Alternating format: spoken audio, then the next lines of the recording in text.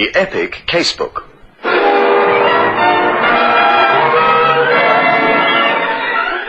In which Inspector Carr investigates.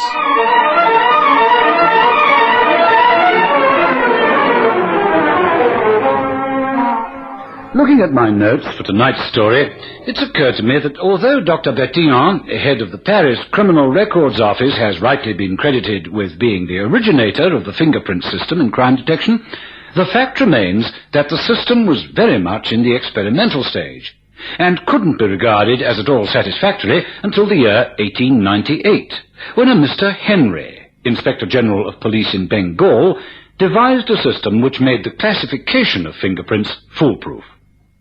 Mr. Henry, later Sir Charles Edward Henry, became Commissioner of Metropolitan Police in the year 1903. Of course, since then, the whole method of indexing, filing, and identifying fingerprints has improved enormously. In Great Britain alone, the total number of fingerprints held on record is well over 2 million. Of course, when a man leaves his fingerprints behind, it's of no use to the police unless they have a record of such prints. In other words, a means of comparing the culprit's prints with what they've got on their files. It stands to reason that if the man commits an act of burglary and leaves his fingerprints behind, if he hasn't had a previous conviction and there's no record at the fingerprint section, his identity remains unknown. But this wasn't the case with a man known to the underworld as Slapsy Mitchell.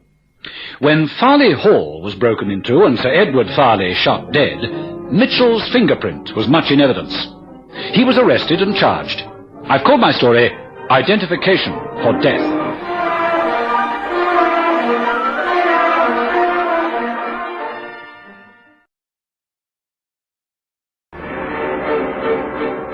Farley Hall is a large country residence nestling amongst the Chiltern Hills in the county of Gloucestershire. Being outside the metropolitan area, the shooting and the theft was of academic interest only, or so I thought. Carr? Operations here, sir. Yes, officer. Farley murder. Huh? What about it? Well, it can't be asking us for assistance. The man's been arrested. Well, it's Mrs. Mitchell, sir. She's phoned twice while you were out. Wants to know if you'll see her. Oh, dear. Mrs. Mitchell. Yes, I remember her. Slapsy married her soon after he came out of Brixton for the Bayswater job. Probably wants me to give evidence for her husband in mitigation. Well, I'll see her. Fix the time for 3 o'clock this afternoon. Yes? Go for it, please. Thanks very much. Oh, come and sit down, Mrs. Mitchell. Good of you to see me, sir. No, not a bit. I haven't forgotten your many little kindnesses when I was a sergeant at Vine Street and you managed the Regent Cafe. Oh. Look, I'm sorry, Mrs. Mitchell. I really am. I thought Slaps had gone straight. But he had. Slapsy Now, let's had. be honest with each other, Mrs. Mitchell. I'm not going by the newspapers. I read a clear and comprehensive account of the investigation and the arrest of your husband in the Police Review. He's guilty as all get out. He's been framed, I tell you. Framed? No, Mrs. Mitchell. I'm afraid you'll have to face up to the fact that the evidence against Slapsy is too strong. What have they got against Slapsy? His fingerprints on that cigarette lighter. You know Slapsy. All right, he's been a crook all his life. But would somebody with Slapsy's experience leave his fingerprints lying around? Oh, well, frankly, that surprised me when I read about it. There was a blow-up facsimile of the print in our weekly review. Oh, it's Slapsy's all right. I suppose everyone makes a mistake. A silly mistake once in their lives. I'm sorry for you, Mrs. Mitchell. Don't be. Be sorry for my husband. Hmm? He's no murderer. He never carried a gun in his life. It's a frame-up, I tell you. No one will believe him. Look, from what I can understand, Slapsy denied being anywhere near Farley at the time Sir Edward was shot. And then, when he was confronted with an eyewitness, he admitted that he was in the district. Oh, what's the use, Rose Mitchell? An innocent man was shot dead, and you asking me to condone murder? He's not a murderer. He's been nabbed 4 times. Did he ever resist? Has Slapsy ever been violent? Have you been to see him? Yeah, I went to see him. I can't get nothing out of him. Just says that he's been a fool, he didn't carry a gun, and he didn't kill no one. Half an hour, Mrs. Mitchell.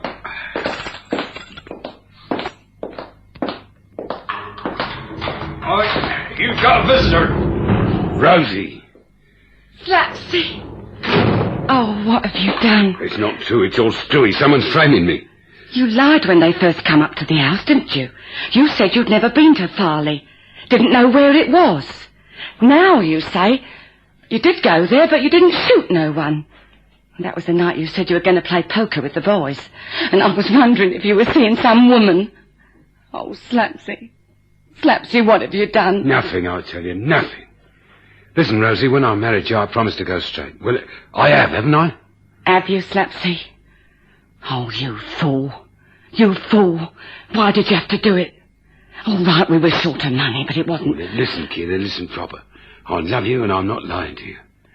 As true as there's heaven above, I didn't shoot this guy. I didn't know nothing about it. All right, I did a break-in job. But I wore gloves. They must be crazy to think that me, Slapsy Mitchell, could do such a stupid thing as to leave his fingerprints behind. This gun. They found a gun. Gun? They say it's yours. You think I'll be mug enough to carry a gun? Don't you know that means the difference between 3 and 15 years if you're caught? But they're saying you murdered I him. murdered no one. Do you hear me, Rosie? No one. I'll swear to that to me dying day. It looks as though that might be quite soon, doesn't it, Rose? Don't talk like that. What does the lawyer say? Harris, he thinks I'm guilty. He asked me to confess, say I fired blindly. I didn't mean to hurt no one. It ain't true. This stuff you took out of the safe. I took nothing. They think I'm all sorted away. Carr! Car? He's big stuff now. Chief Inspector Carr. Nabbed me for the 3rd job when he was a sergeant. Now go to him, Rosie. I read about him. He's one of the big 5 in the murder squad. He'll know I wouldn't do such a stupid thing like this as to leave behind fingerprints. Let alone bump off someone and leave a gun behind. So that's why I'm here, Mr. Carr. Slapsy thinks if you talk to him, he'll be able to convince you that he's innocent.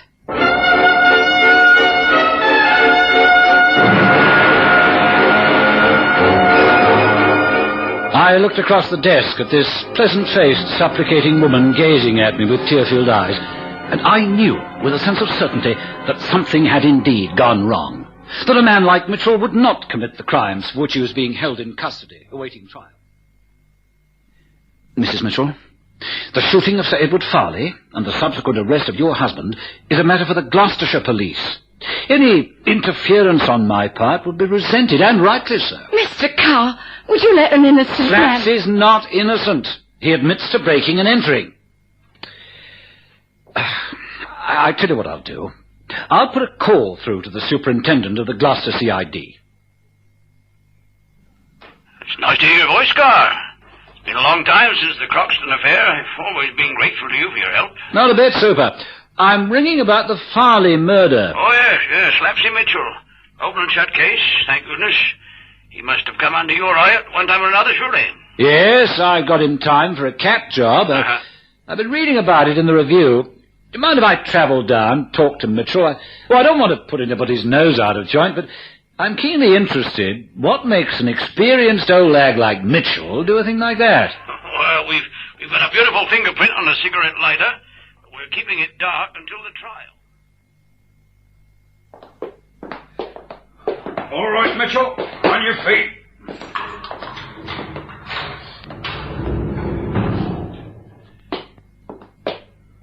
Hello, Slapsy. Remember me? Well, they told me you were coming down. I'm grateful, Governor. Thank you, Warder. You needn't wait. I'll give you a shout when I'm through. Very good, sir. I'll have to lock you in, sir. Regulations. That's fair enough. All right, Slapsy. Let's have it. And if you try to make a monkey out of me, I'm not trying to make a monkey out of no one. Of course I lied at first. When the busies came for me at first, I didn't know of any shooting. I didn't think they had anything on me. So you denied breaking into Farley Hall? Well, of course I did, Governor. As soon as I read of the shooting and the robbed safe, I knew I'd been taken for a sucker. Me.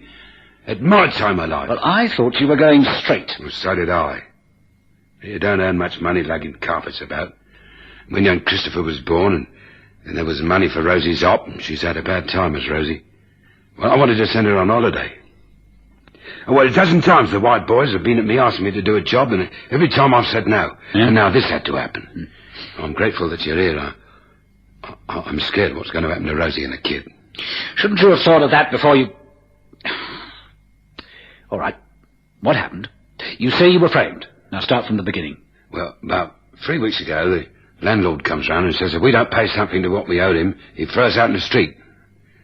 So I went along to... Well, I've got to grass. I don't want to, but I don't want to be put away for the rest of my Look, life. I haven't got all day, Slapsy, and don't give me any of your underworld ethics. If somebody's framed you, then name him, or I will walk out of this cell and you stew in your own... All right, Governor, all right. Buster Burford. Buster, eh? Is he still running the Burford car mart? Yes. Well, I went along to see him.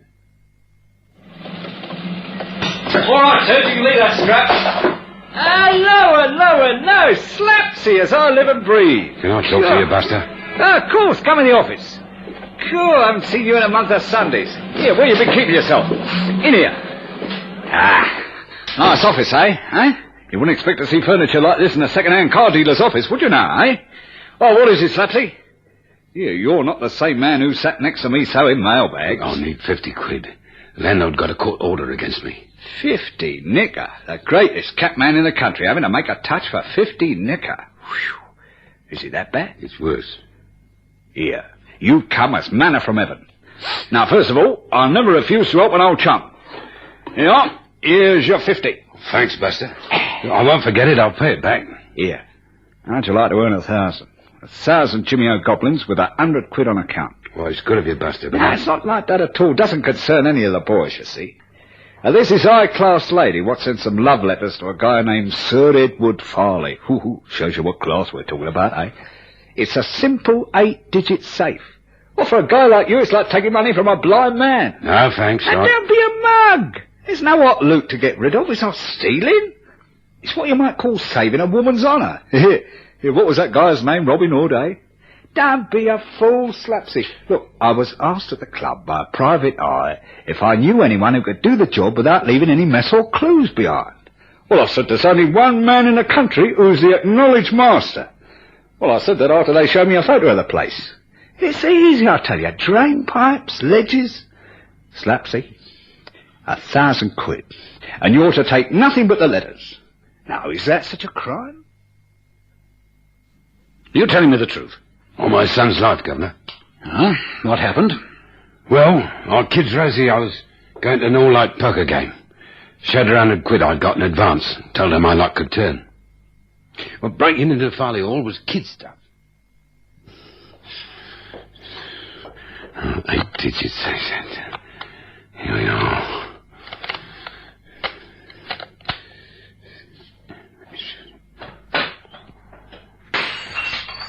Who's there? Oh, no. No!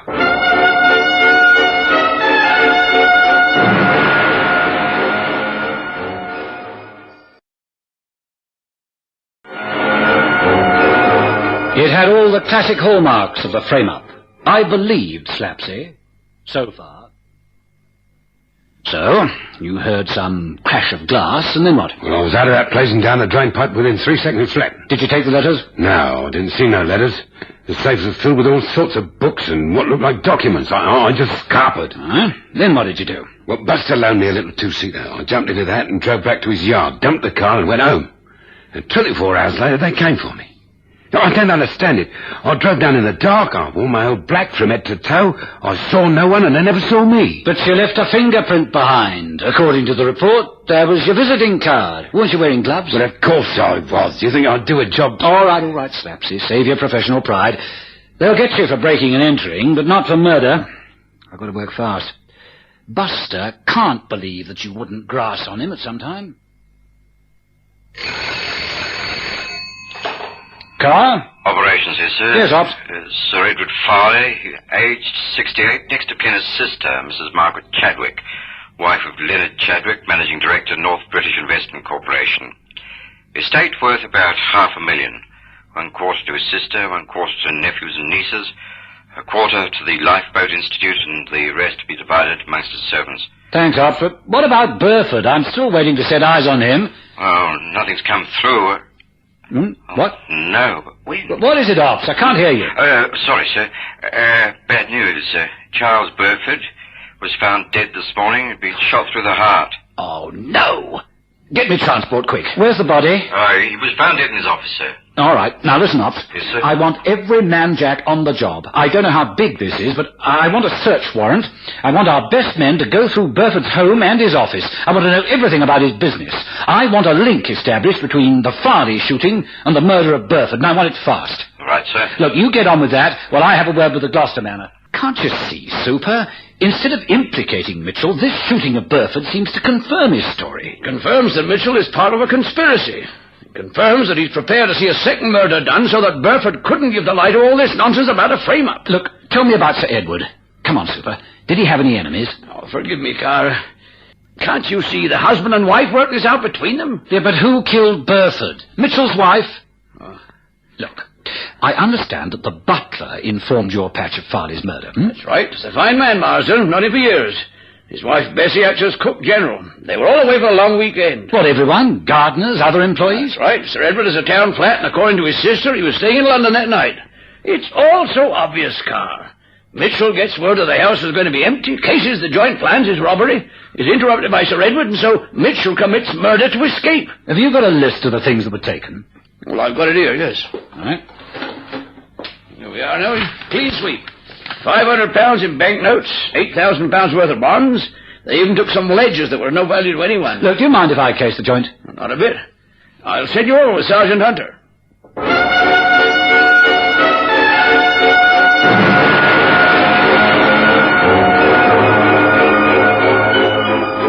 Farley Hall was a magnificent example of Elizabethan architecture.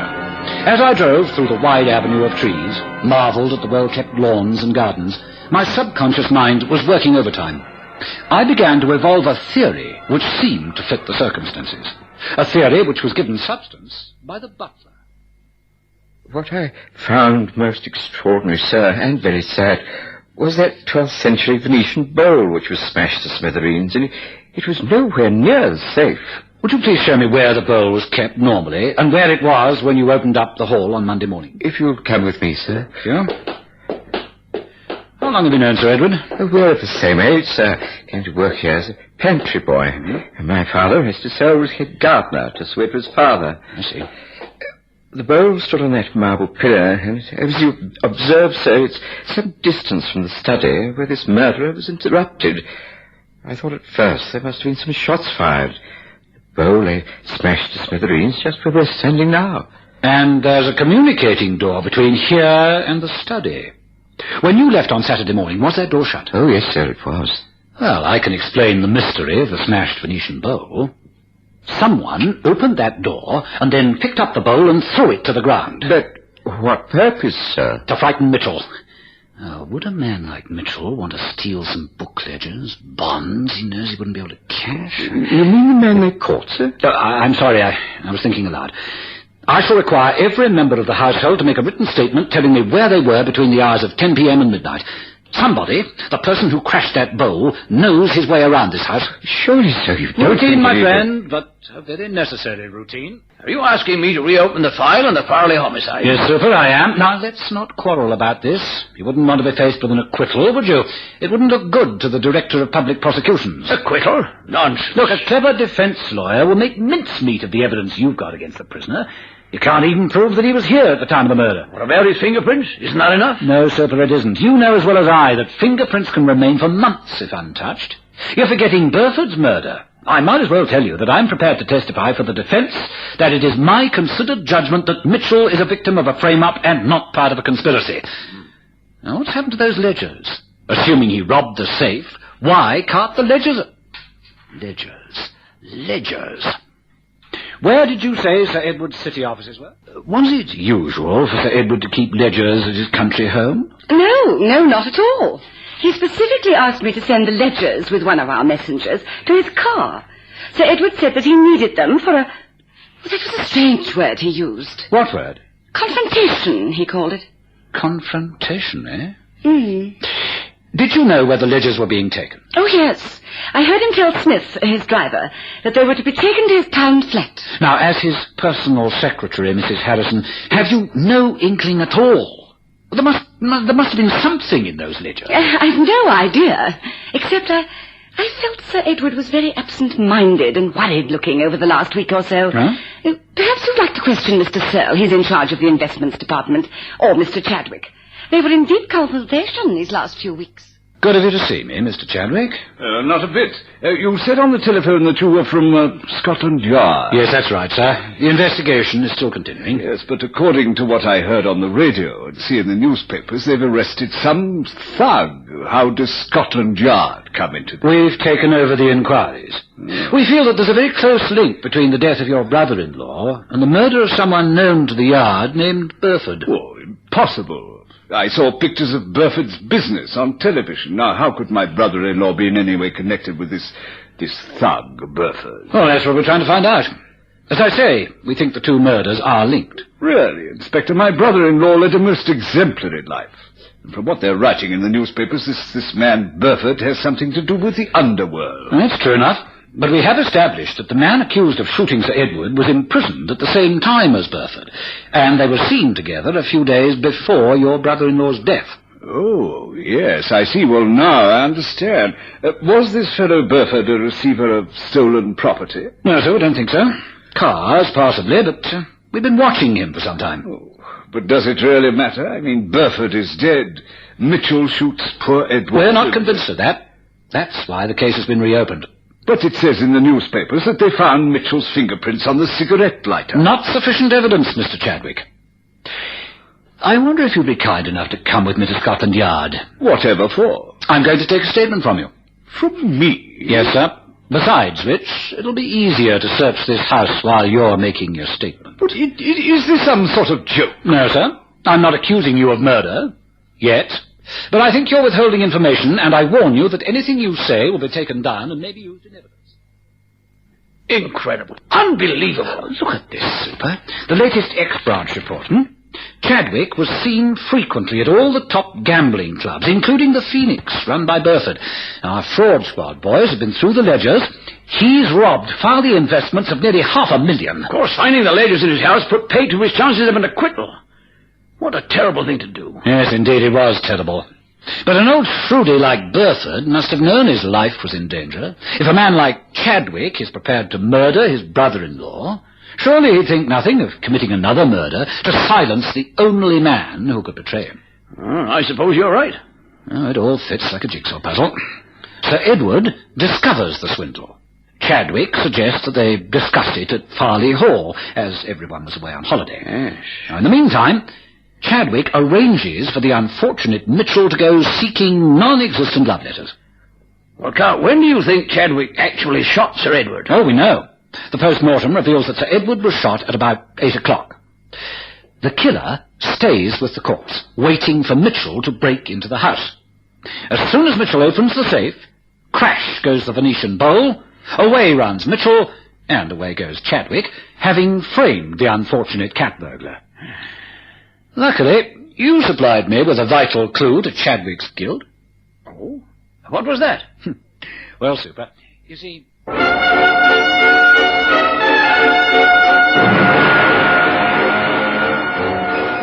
When I first spoke to my colleague, he said... Well, we've got a beautiful fingerprint on the cigarette lighter, but we're keeping it dark until the trial. And yet, when I was questioning Chadwick, he said... But it says in the newspapers that they found Mitchell's fingerprints on the cigarette lighter. Not true. All that was mentioned were fingerprints, nothing about a lighter. The murderous Chadwick borrowed Sir Edward's lighter, gave it to Burford, who managed to obtain Mitchell's fingerprint. Later, Mitchell remembered how Burford boasted of the lighter, asked Mitchell to feel its weight. What happened to Mitchell? Well, they decided not to proceed with a breaking and entering charge, which pleased Rosie, Mitchell, of course, and me.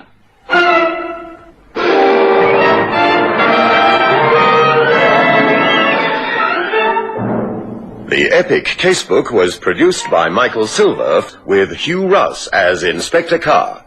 Listen again next Thursday night at 9:30 to another exciting story from our epic Casebook.